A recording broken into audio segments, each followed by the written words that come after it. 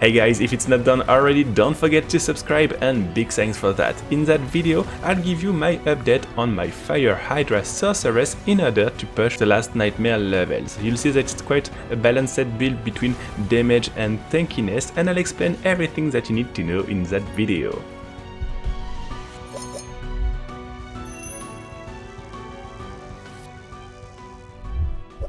So for the skill, you want to play the Flame Shield to be invulnerable, Ice Armor in order to get some barrier, Hydra for the DPS, Inferno to pack your enemies, Firebolt to increase burning damage and also our base skill, and lastly Incinerate as our main skill. For the enchantments, you'll want an additional Hydra and this one which will apply additional burning on enemies. Let's talk about the gear. So I'm using Shaco, but if you don't have it, you can get this helm which will grant you unstoppable on Ice Armor. You also want ranks of Hydra, some cooldown reduction, intelligence and some lucky hit chance if you can.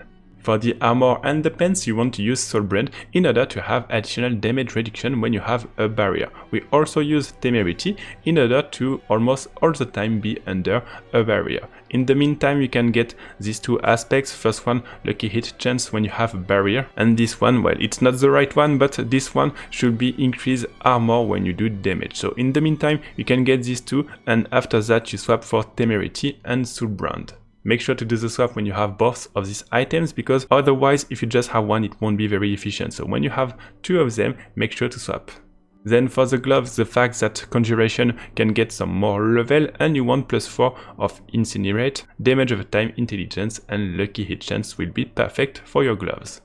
For the boots, Flicker Step, because we want to reduce the cooldown of our ultimate, and the idea is that when you pack them with Inferno, you can jump on it. If you need, use your Flame Shield, you will jump and you'll have the cooldown reduction for your ultimate. For the weapon, increase burning effect to enemies below 50% of their life, and for the stats, intelligence, damage over time and so on will be very good.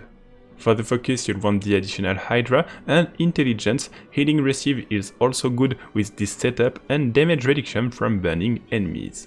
You'll also want increased burning damage while you are channeling Incinerate, so try to get the max value on this one, and if possible damage over time, damage to burning effect. You can use this unique, it's not mandatory but will help you to do some AoE damage with the explosion of damage over time, and lastly for the amulet, increase damage when you have a barrier. You want ranks of Conjuration and if possible damage reduction on some stats. For the Vampiric power, you want to get increased damage over time on enemies affected by a Vampiric curse. We'll be playing also a Cursed Touch in order to always have Vampiric curse on enemies, because this one is not enough. You apply Vampiric curse on single target, but you don't apply it on packs, so that's why we also play this one, and then we have the cooldown reduction for your ultimate. It will deal also a bit of damage, but we don't care too much about that. Lastly, this one increasing your resource and damage when Hydra hit an enemy. If you wish, you can also swap one of your power with Bath in Blood if you want to play more on Incinerate. It will give you more damage and some damage reduction when you are channeling. For the skill tree, you want to have this power increasing burning damage to enemies and Incinerate with damage reduction from enemies while they are burning from Incinerate. You can put 1 point here if you want for the last point, and 3 points to increase your core kill damage. After 1 point in the Flame Shield, 1 point in Ice Armor, 3 points for increased damage, 1 point to have a chance to reset these spells, and 5 points in Hydra with the burning effect. You also want the lucky hit chance here, the fact that you'll have more damage per Conjuration, and the damage reduction with the barrier just here. We can take also this passive, increase critical strike damage and increase pirancy damage. Even if this one is not mandatory, you can put it somewhere else, but in the end we don't have much points very interesting. So you can also remove this one and put them in the defensive setup if you prefer. It doesn't change too much the build. Also just 1 point here and 3 points, so of course here. After that we take our ultimate, this one, and we'll get 3 points here in order to increase burning and 3 points for the healing just here. Lastly, of course, our K passive Combustion.